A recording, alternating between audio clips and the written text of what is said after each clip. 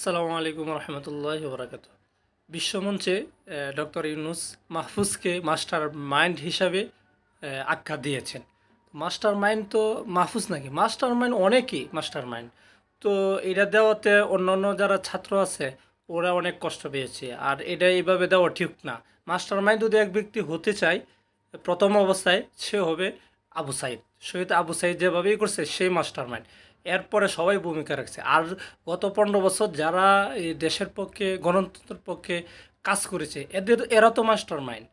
আর ওরা এখন কি মাঠে ছিল না? তো আপনি এইভাবে মানে মাস্টার মাইন্ড পরিচয় করে দিয়ে মানে সবাইকে খাটো করতেছেন কি না, এটাও একটা প্রশ্ন। তো মাস্টার মাইন্ড যদি বোঝানো হয়, মাস্টার মাইন্ড এখানে অনেকে আছে। যদি একজনকে আপনি তুলে ধরেন তাহলে এটা মনে করেন অন্যজনকে আপনি খাটু করলেন, আমার এটা মনে হয়। তো মাস্টার মাইন্ড এভাবে উল্লেখ না করাই ভালো আমার যেটা মনে হয়।